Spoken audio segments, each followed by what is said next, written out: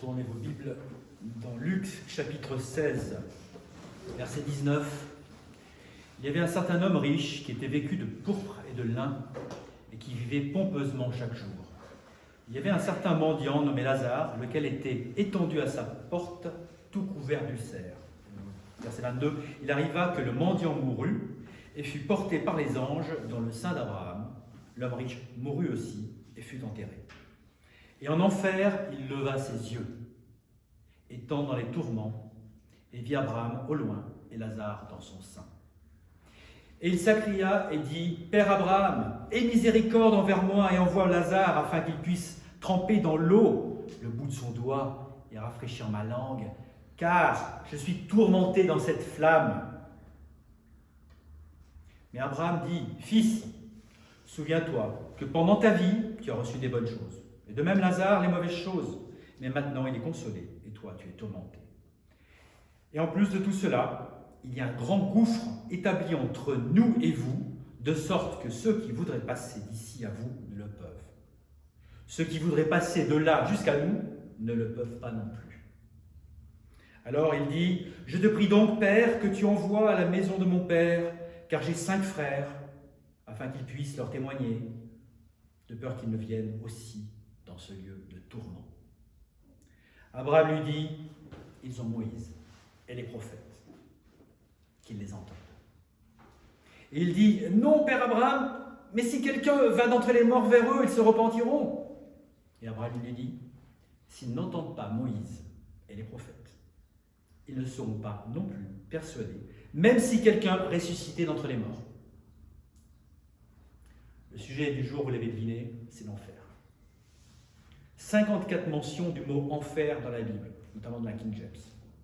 0 mention du mot enfer dans les nouvelles versions, comme la seconde ou autre, où on remplace, ça c'était le sujet d'il y a 1 mois et demi, les fausses versions de la Bible, où on remplace le mot enfer par séjour des morts, Sheol, Hadès, Tartarus, etc., etc. Non, il y a un mot, c'est l'enfer. Il y a aussi d'autres mots qui signifient le mot enfer, la fosse, le puits sans fond. Oui, mais le mot enfer est un mot qui parle aux gens, un mot qui a son poids, un mot qui est passé dans la culture, et malheureusement qui est galvaudé aujourd'hui, parce qu'aujourd'hui on entend n'importe tout et n'importe quoi. Lorsqu'on va évangéliser par exemple, il y a des gens qui nous disent « Ah ben l'enfer c'est le monde présent », ou « l'enfer c'est les autres », comme dirait Sartre. Enfin, il sait aujourd'hui ce que c'est le vrai enfer, celui-là. Donc, il y a, comme vous le savez, 2 destinées. 2 destinées seulement à la fin de notre vie physique. Hébreux 9, 27. Et comme il est déterminé aux hommes de mourir une fois, et après ça, le jugement. Jésus nous dit : Entrez par la porte étroite, car large est la porte, et spacieux est le chemin qui conduit à la destruction. Et il y en a beaucoup qui entrent par là. Parce qu'étroite est la porte, et resserré est le chemin qui mène à la vie, et il y en a peu qui le trouvent. Jean 5, 28. Ne soyez pas surpris de cela, car l'heure vient en laquelle tous ceux qui sont dans les tombeaux entendront sa voix et sortiront, ceux qui auront fait le bien vers la résurrection de vie, et ceux qui auront fait le mal vers la résurrection de la damnation. Daniel 12, verset 2. Et beaucoup de ceux qui dorment dans la poussière de la terre se réveilleront, les uns pour la vie éternelle, les autres pour la honte et le mépris éternel. L'enfer, ce n'est pas une philosophie, l'enfer, ce n'est pas une simple doctrine théologique, non, l'enfer, c'est un lieu littéral. C'est un lieu qui est au centre de la terre. Je regardais d'ailleurs ces dernières semaines le volcan en Islande, qu'on peut voir sur Internet en temps réel, et voir cette lave qui sort à plus de 2000 degrés. Quand on sait que le magma est à 6000 degrés, je crois que c'est Dieu qui, dans sa bonté, nous rappelle qu'il y a l'enfer.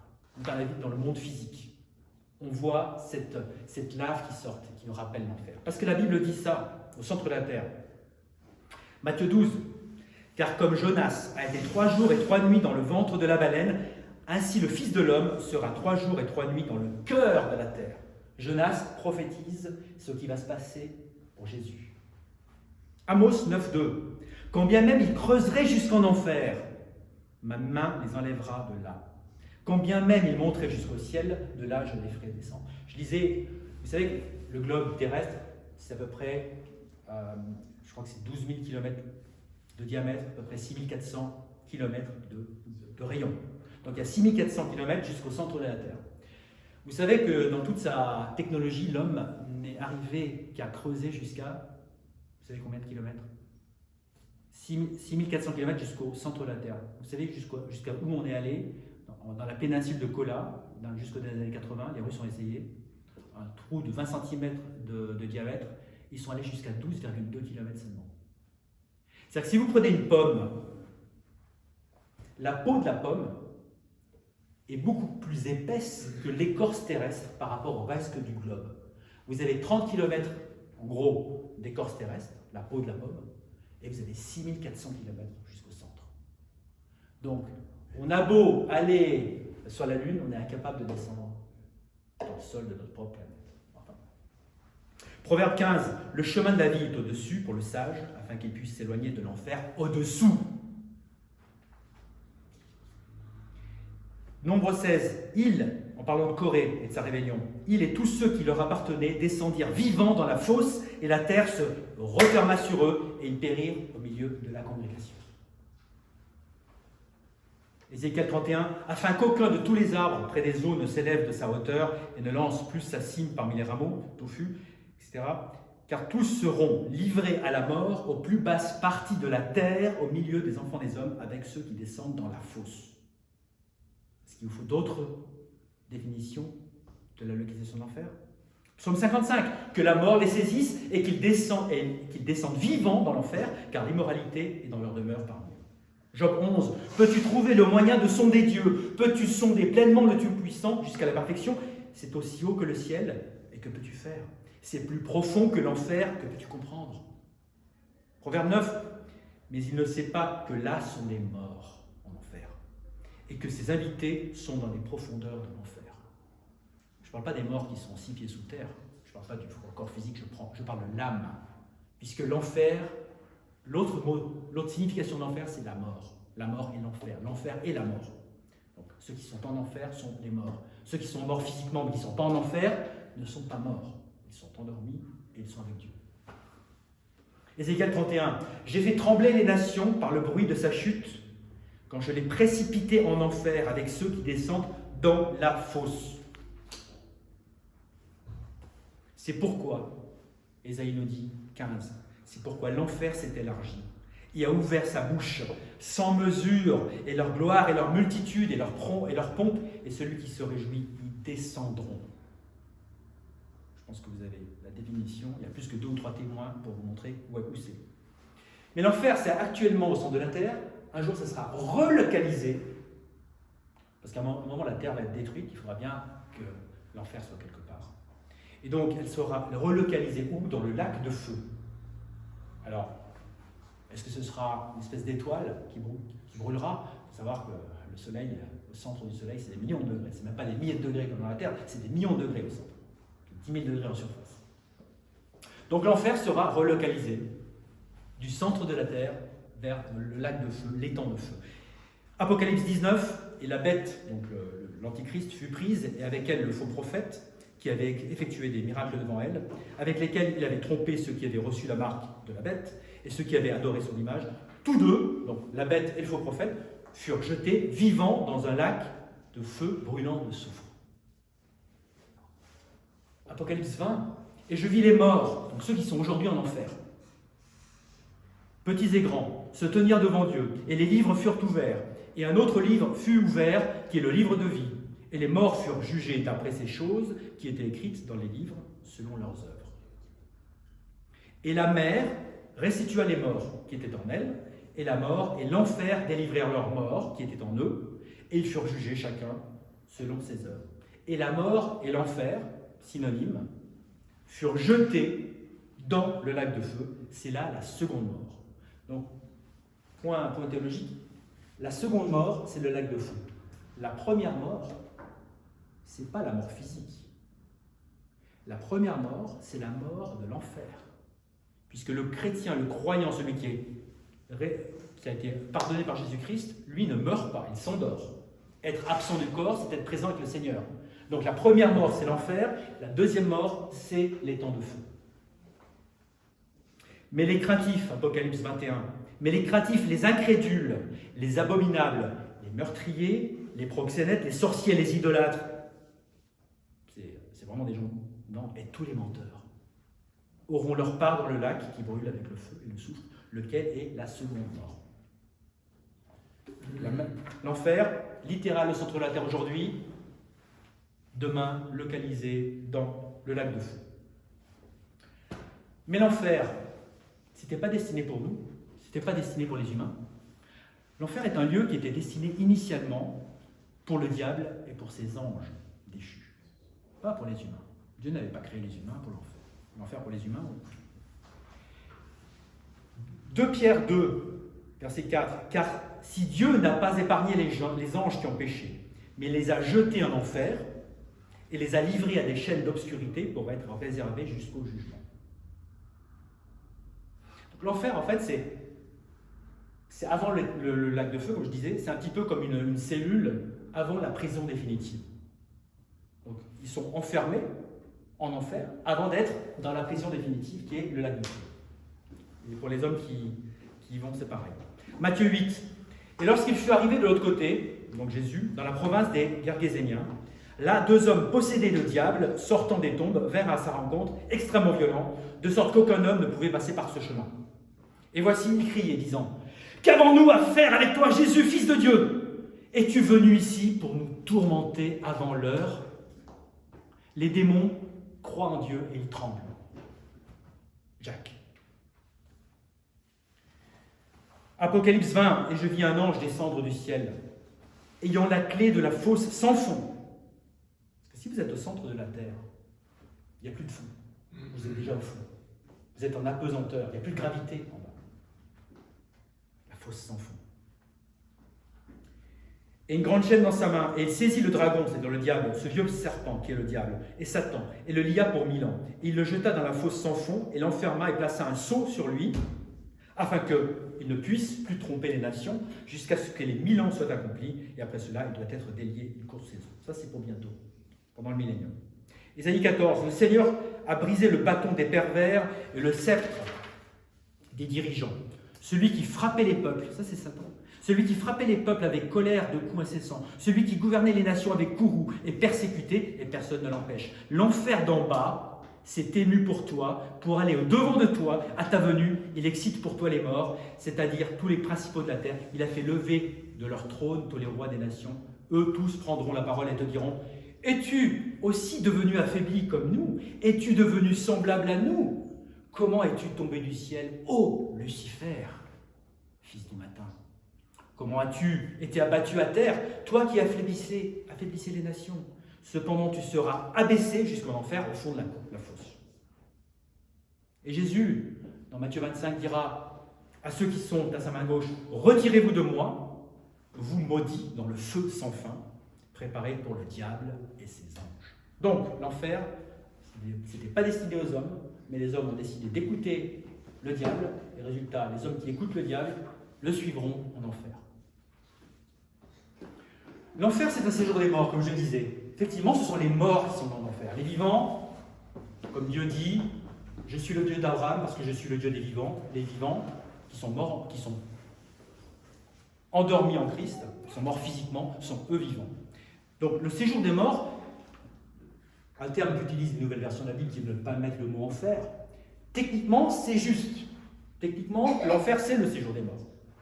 Mais dire le séjour des morts, c'est un petit peu moins violent que l'enfer. Le séjour des morts conscient. Parce qu'être mort spirituellement, ça ne veut pas dire qu'on est totalement inactif, totalement indolore, totalement imperturbable. Non. Un mort spirituellement est quelqu'un qui peut se tenir debout, qui peut souffrir, qui peut parler. On l'a vu d'ailleurs dans le texte d'ouverture de Luc 16. L'homme riche qui est en enfer, il est capable de parler, il est capable bien sûr de ressentir, il est capable même de penser à d'autres personnes, hein, dit à mes frères. Okay. Et donc c'est un séjour des morts conscients. Apocalypse 20, béni et saint est celui qui a part à la première résurrection. Sur cela, la seconde mort n'a aucun pouvoir. Ils seront prêtres de Dieu et il régnera avec lui 1000 ans. Je continue. Le séjour des morts, des morts qui sont conscients, c'est aussi un lieu de tourment. C'est aussi et surtout un lieu de tourment. Jude 13. Vagues impétueuses de la mer, écumant leur propre honte, étoiles errantes, auxquelles est réservée la noirceur de l'obscurité pour toujours. C'est un étang de feu, c'est un lieu de feu, mais c'est un lieu d'obscurité totale. C'est un lieu de tourment et de torture. Ésaïe 14. Ta magnificence, en disant à Satan qui est en enfer, ta magnificence est abaissée jusqu'à la tombe avec le son de tes viols, de tes instruments de musique. La vermine est étendue sous toi et les vers te couvrent. Donc c'est un endroit de feu, un endroit d'obscurité, un endroit de torture par les vers et la vermine. Ésaïe 30, car Tophet c'est un autre nom qui désigne l'enfer dans la Bible, Tophet est désigné depuis longtemps. Oui, pour le roi, elle est préparée. Il l'a faite profonde et large, son bûcher est du feu et beaucoup de bois. Le souffle du Seigneur, comme un torrent de soufre, l'allume. C'est la colère de Dieu. C'est Dieu qui souffle sur les braises de l'enfer. Il ne faut pas l'oublier. Ce n'est pas le diable qui règne en enfer. Ce n'est pas les dessins animés où vous voyez Porky Pigs avec un trident qui pousse les gens. Non. Le diable va souffrir en enfer. Il ne règne pas. Il est victime de l'enfer. Parce que celui qui souffle sur les flammes de l'enfer, c'est Dieu. Apocalypse 9. Il leur fut donné, Apocalypse 9, oui, parlant des scorpions qui sortent de l'enfer.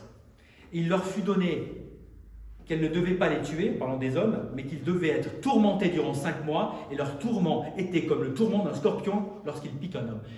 Lorsque vous avez, dans la fin des temps, lorsque l'enfer s'ouvre, ce n'est pas un volcan qui sort de la lave, c'est les sauterelles, les scorpions de l'enfer qui sortent et qui vont torturer les hommes à la surface de la terre pendant 5 mois. Pendant 5 mois, ils chercheront la mort et ils ne la trouveront pas.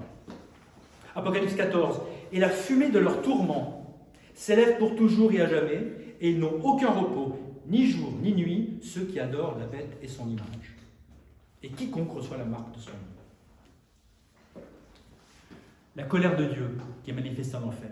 2 Thessaloniciens 2. Dans un feu flamboyant, prenant vengeance sur ceux qui ne connaissent pas Dieu et qui n'obéissent pas à l'évangile de notre Seigneur Jésus-Christ, qui seront punis par une destruction sans fin de la présence du Seigneur, de par la présence du Seigneur et de la gloire de son pouvoir.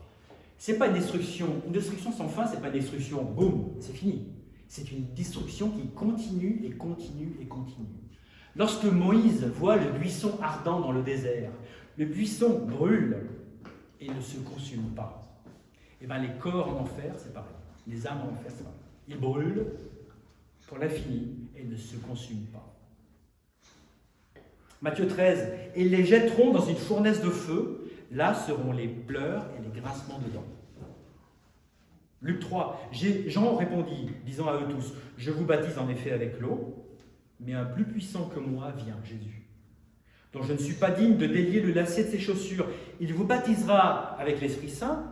Nous, les chrétiens qui avons reçu Jésus-Christ, on est baptisés en Jésus-Christ par l'Esprit Saint et avec du feu. Et alors là, c'est l'alternative. Soit vous êtes baptisés par l'Esprit Saint en Jésus-Christ, soit vous êtes baptisés en enfer par le feu. Parce que le baptême, avant tout, ça veut dire l'immersion. Soit vous êtes immergés en Jésus-Christ, soit vous êtes immergés dans le feu de l'enfer à terme. Son van est dans sa main et il nettoiera pleinement son air. Il amassera le blé dans son grenier, les chrétiens, mais il brûlera la paille avec un feu inextinguible. Un feu qui ne s'éteint jamais. L'enfer, c'est un lieu de tourment avec des étages de punition différents. N'oubliez aussi. Matthieu 10. En vérité, je vous dis, Jésus, ce sera plus supportable pour Sodome et Gomorrhe au jour du jugement que pour cette ville-là. Pour cette ville-là, avec toutes les abominations qu'elle promeut aujourd'hui. Et il le répète, je vous le dis, qu'au jour du jugement, ce sera pour le pays de Sodome plus supportable que pour toi. Psaume 86, car grande est ta miséricorde envers moi, et tu as délivré mon âme de l'enfer le plus profond. Et pourquoi il y a des punitions différentes? Parce que Jésus nous dit dans Luc 12, « Et ce serviteur qui connaissait la volonté de son Seigneur ne s'est pas préparé, ni n'a fait selon sa volonté, sera battu de beaucoup de coups. Mais celui qui ne l'a pas connu et qui a fait les choses dignes de coups sera battu de peu de coups. » Donc on est jugé selon sa connaissance aussi. Car à quiconque il aurait été beaucoup donné, il sera beaucoup requis, et à qui les hommes auront beaucoup confié, il leur demandera plus encore. Des étages de punition différents, et surtout, le pire de tout, je crois, pire que le feu, pire que les degrés de punition, c'est surtout le fait que c'est une punition éternelle, dont on ne sort pas. Il n'y a pas pire que quelque chose qui est éternel, quand il n'y a plus d'espérance. Ézéchiel 18, l'âme qui pêche, elle mourra. Le Fils ne portera pas l'iniquité des pères. La méchanceté du méchant sera sur lui. Mais Luc 12, mais je vous avertirai d'avance qui vous devez craindre. Craignez celui qui, après qu'il a tué, a le pouvoir de jeter en enfer. Oui, je vous le dis, craignez-le. Psaume 9, les hommes immoraux seront dirigés jusqu'en enfer et toutes les nations qui oublient Dieu. Jésus dit plusieurs fois, si ta main t'offense, coupe-la.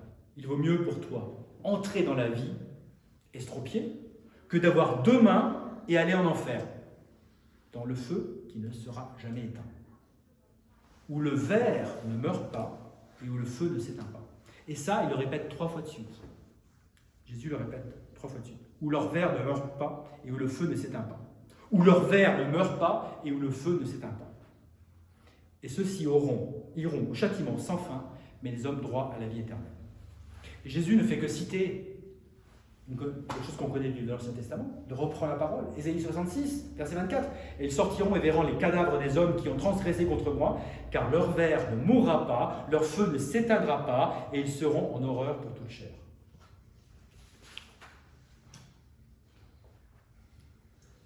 Matthieu 23, « Vous, serpents, vous, génération de vipères, comment pourrez-vous échapper à la damnation de l'enfer ?»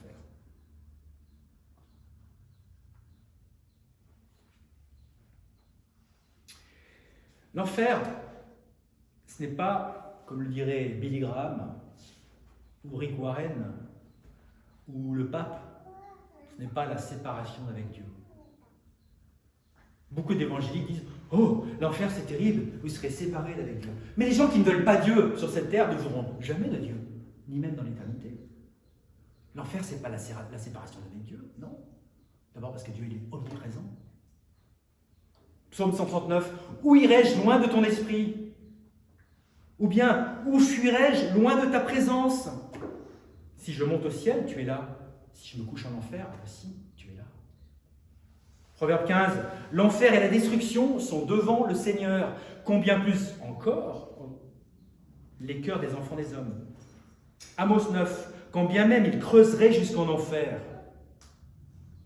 ma main les enlèvera de là. Quand bien même ils monteraient jusqu'au ciel, de là, je les ferai descendre. » Et c'est marrant parce que dans l'Apocalypse, il y a un moment, les puissants de ce monde disent aux montagnes, aux cavernes, « Cache-nous de la colère de l'Éternel. » Non, non. Même si tu descends dans l'enfer, de toute façon, tu iras, Dieu te trouvera.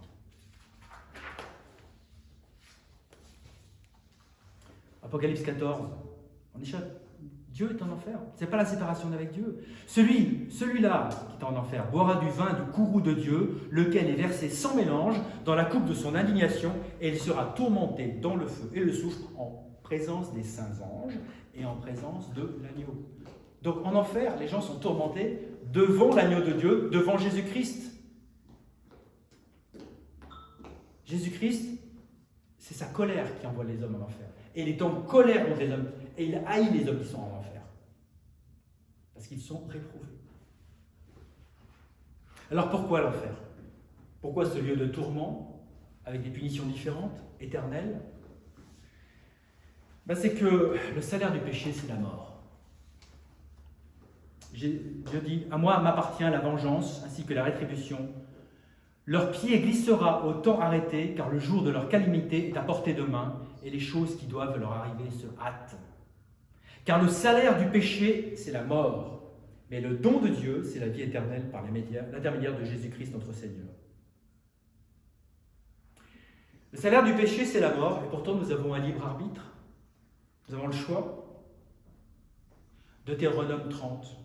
Dieu dit « J'appelle ciel et terre aujourd'hui à témoin contre vous, que j'ai placé devant toi la vie et la mort, la bénédiction et la malédiction.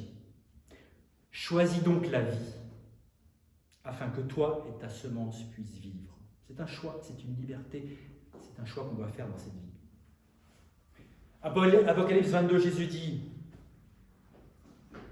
plutôt l'esprit et l'épouse disent « Viens !» et que celui qui entend dise « Viens !» et que celui qui a soif vienne, et quiconque le veut, qu'il prenne de l'eau de vie gratuitement. On n'est pas obligé d'aller en enfer. Il suffit de demander à Jésus-Christ d'être sauvé.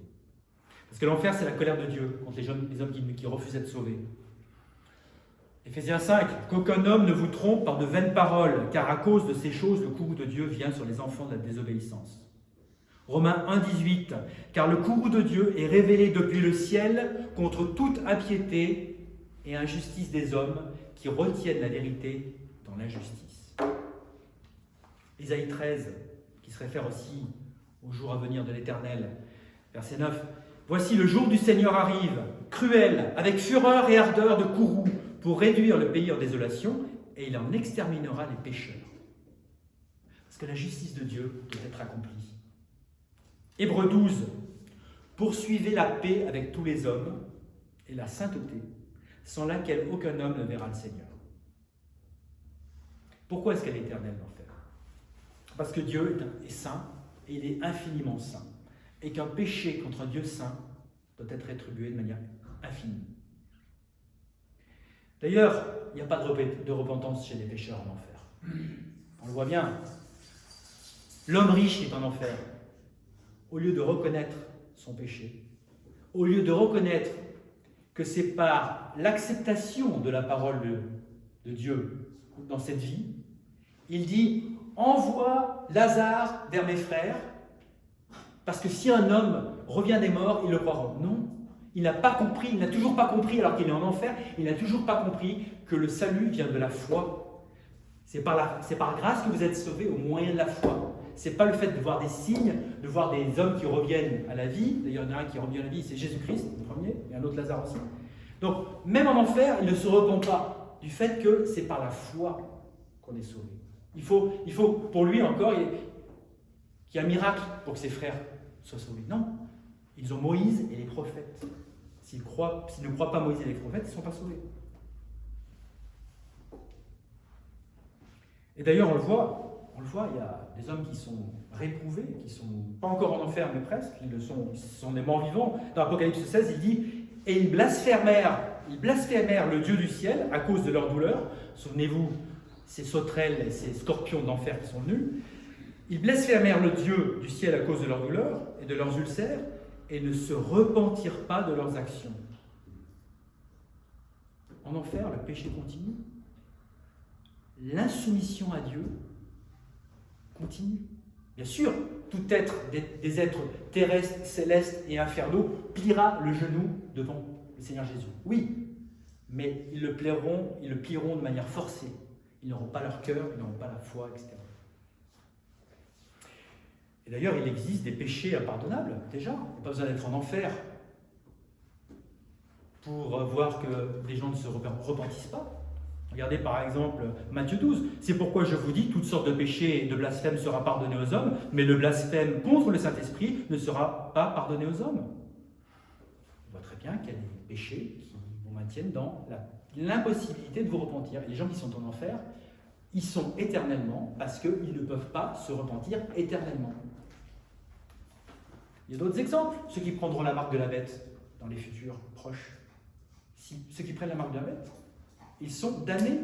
Ils sont encore vivants physiquement, mais ils sont destinés à l'enfer.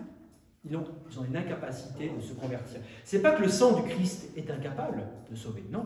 C'est que ne pouvant pas croire, ils ne peuvent pas être au bénéfice du sang du Christ. Pareil pour ceux qui ont modifié les Écritures, je vous ramène encore à mon message d'il y a 6 semaines. La réprobation. Ceux qui sont en enfer sont réprouvés. Réprouvés, pourquoi? Parce qu'ils sont rejetés par Dieu. Il n'est pas plus évident que l'enfer est le lieu de la réprobation. Alors, il y a des réprouvés, comme je viens de le dire, qui sont réprouvés de leur vivant, et il y a des réprouvés qui le sont dans leur mort aussi. Tu es d'accord, hein? La réprobation, déjà dans cette vie, Jean 12. Par conséquent, ils ne pouvaient pas croire parce qu'Ésaïe a dit encore, il a aveuglé leurs yeux et endurci leur cœur, afin qu'ils ne voient pas avec leurs yeux, ne comprennent pas avec leur cœur et ne soient convertis, et que je ne les guérisse. Pas la guérison physique, non, la guérison de l'âme. Jésus est venu pour guérir l'âme, pour nous donner la vie éternelle. Dieu juge les hommes droits, comme dit le psaume 7, et Dieu est en colère contre les hommes immoraux chaque jour. Dieu n'est pas en colère uniquement contre le péché, il est en colère contre les pécheurs. Ne croyez pas à cette fameuse diatribe de Gandhi qui dit il faut aimer le pécheur et haïr le... Dieu haït le pécheur. Il faut aimer le pécheur et haïr le péché. Oui, voilà, c'est ce que Gandhi dit. Il faut haïr le péché et aimer le pécheur. Dieu ne dit pas ça. Dieu, il est en colère avec le péché tous les jours.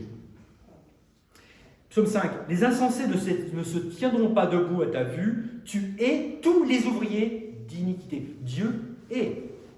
Newsflash, Dieu haït. Dieu est capable de haïr les méchants.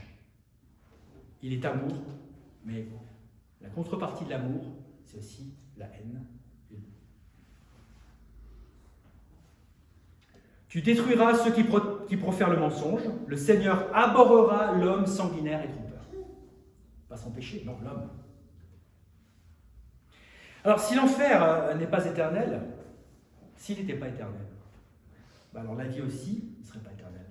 Parce qu'il y a une symétrie. L'âme continue. C'est soit dans la mort éternelle, soit dans la vie éternelle. Jean 5, ne soyez pas surpris de cela, car l'heure vient dans laquelle tous ceux qui sont dans les tombeaux entendront sa voix et sortiront, ceux qui auront fait le bien vers la résurrection de vie, ceux qui auront fait le mal vers la résurrection de damnation. Donc il n'y a pas d'échappatoire. Il n'y a pas d'échappatoire autre que le salut en Jésus-Christ. C'est simple, c'est binaire. C'est binaire. Jean 3, 36, celui qui croit au Fils a la vie éternelle, et celui qui ne croit pas le Fils ne verra pas la vie, mais le courroux de Dieu demeure sur lui. Hébreux 2, comment échapperons-nous si nous négligeons un si grand salut, lequel commença d'être exprimé par le Seigneur et nous a été confirmé par ceux qui l'avaient entendu. Il n'y a pas de purgatoire. Il n'y a pas de lieu de transit comme pour les Mormons. Purgatoire pour les catholiques. Non.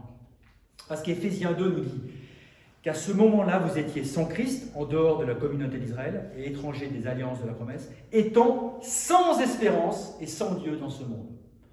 Soit on est avec Dieu, soit on n'a pas d'espérance. Et ceux qui sont en enfer n'ont plus d'espérance non plus. Les indulgences vendues par le pape, alors dans le temps, il fallait payer pour construire Saint-Pierre à Rome. Aujourd'hui, j'ai lu que le pape nous promet aussi la félicité éternelle si on le suit sur Facebook. Regardez. Ça continue.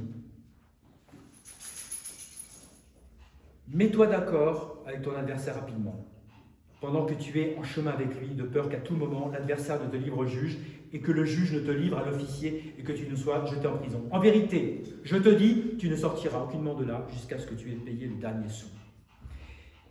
Il n'y a pas non plus de sommeil de l'âme, comme le disent les adventistes ou les témoins de Jéhovah, etc. Non, parce que Paul est clair. 2 Corinthiens 5, nous sommes confiants, dis-je, Paul, et en voulant plutôt être absent du corps et être présent avec le Seigneur. Le moment où on est absent du corps parce que notre âme quitte notre corps physique qui meurt, on est directement présent avec le Seigneur. Il n'y a pas d'intermédiaire.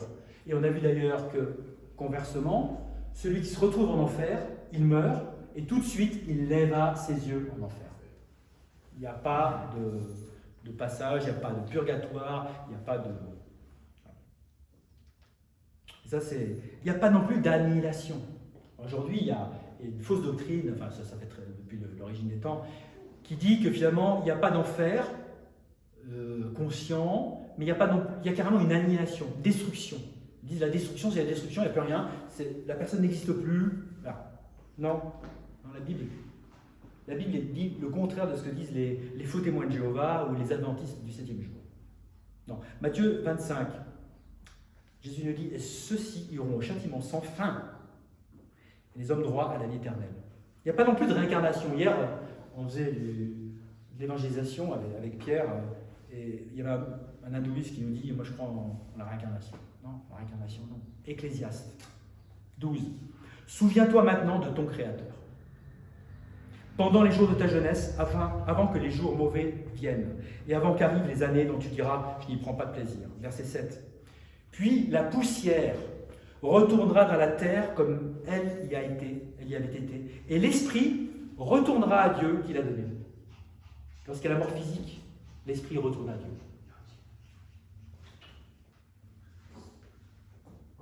Hébreux 9. Et comme il est déterminé aux hommes de mourir une fois, pas de réincarnation, une fois, mais après cela, le jugement. Il n'y a pas non plus ce qu'on appelle l'universalisme chrétien. Hein, je ne sais pas si vous avez vu, par exemple, un livre comme The Shack, La Cabane, qui a été un roman chrétien, soi-disant, que tous les chrétiens ont adoré, etc. Non, parce que le The Shack, La Cabane, défend l'idée d'un salut universel. Qu'à la fin, Dieu qui est amour réconciliera tout le monde en lui. Après un purgatoire, mais voilà. Non. Il y a aussi la fausse doctrine, on est tous les enfants de Dieu. Alors si on est tous des enfants de Dieu, alors à la limite, on ira tous au paradis. On ira tous au paradis. Non, non, fausse doctrine. Fausse doctrine. Fausse doctrine.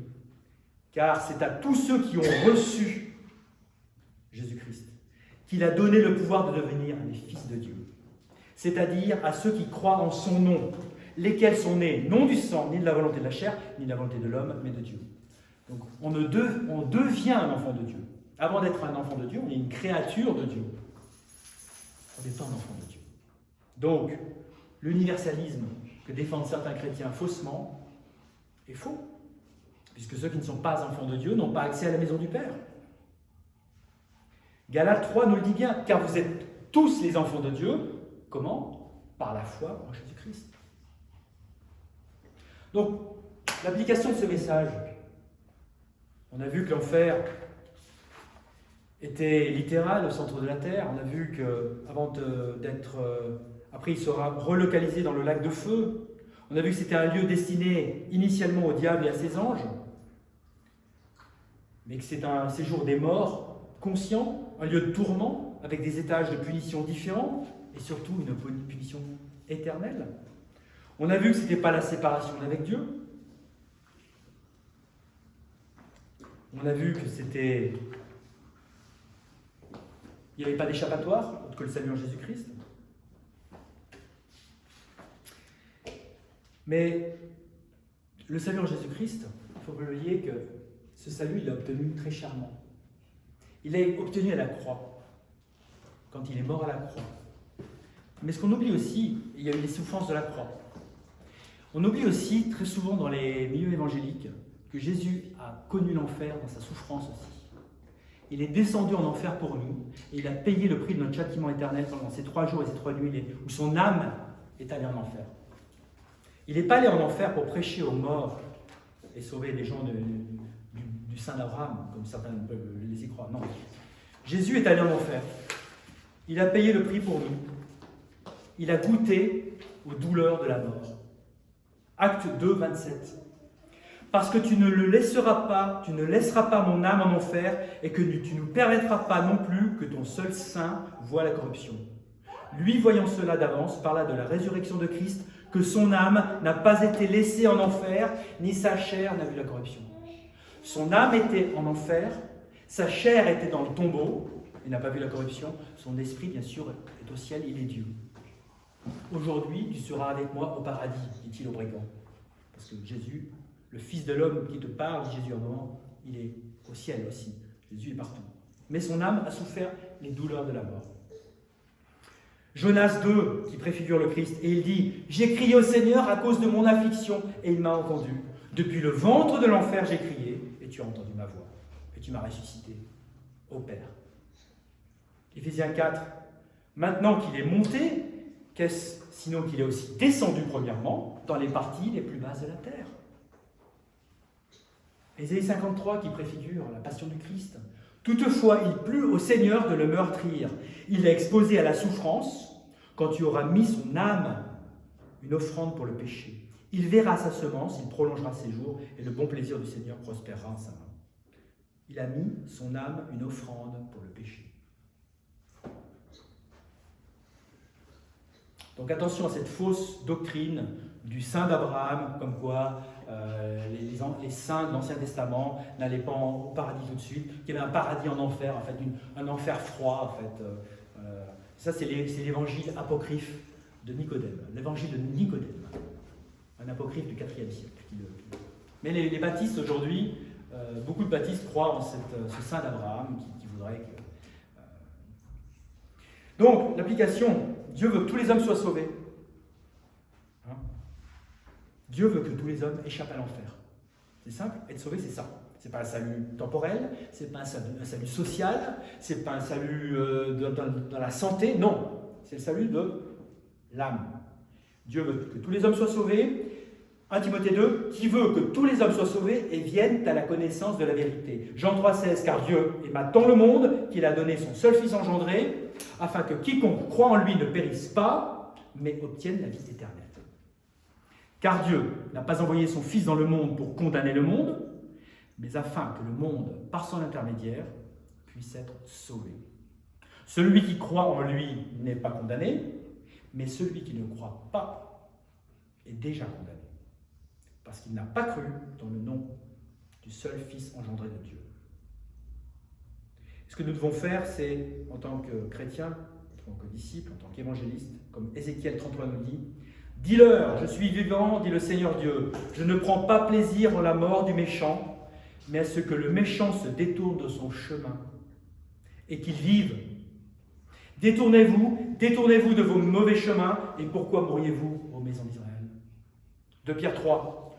Le Seigneur ne se relâche pas concernant sa promesse, comme quelques hommes estiment qu'il y a relâchement, mais il use de longanimité envers nous, ne voulant pas qu'aucun périsse, mais que tous parviennent à la repentance.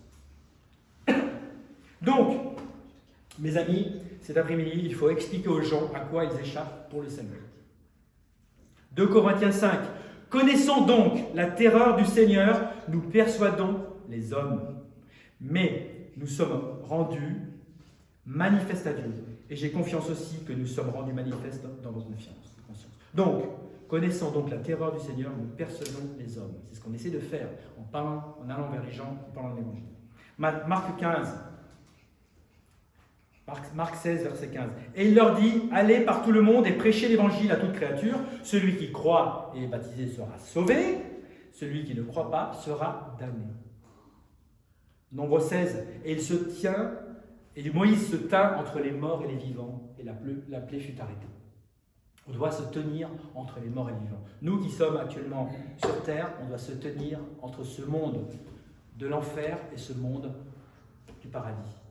Et on doit faire comme Moïse, nous battre, lever nos mains et se servir de nos bras pour prêcher l'évangile. Jude 23. Quant aux autres, sauvez-les avec crainte, les arrachant hors du feu, le feu de l'enfer, haïssant même le vêtement taché par la vie. Donc certains, sauvons-les par la compassion. Parlons-leur de l'amour du Christ. Parlons-leur de la bonté du Christ. D'autres, il faut leur parler avec crainte, pour donner la crainte de l'enfer. Et je pense que l'enfer est là pour donner la crainte. Dans la bonté de Dieu, il y a toute cette explication sur l'enfer. Jésus parle plus de l'enfer que toute autre personne dans la Bible. Je pense que c'était important de se remémorer ça. Prions. Père éternel, nous te remercions de ces paroles et de ce que tu nous donnes d'entrevoir la vie après la vie et les deux choix qui s'offrent à nous. Merci parce que le bon choix, il est gratuit, il dure éternellement. C'est le salut en Jésus-Christ qui a payé pour nous le prix de l'enfer et qui nous donne gratuitement de cette eau de vie par laquelle celui qui boit n'aura plus jamais soif. Et ce pain de vie, que celui qui le goutte n'aura plus jamais faim. Merci pour ce salut qui nous permet d'échapper à ce lieu de tourment. Amen.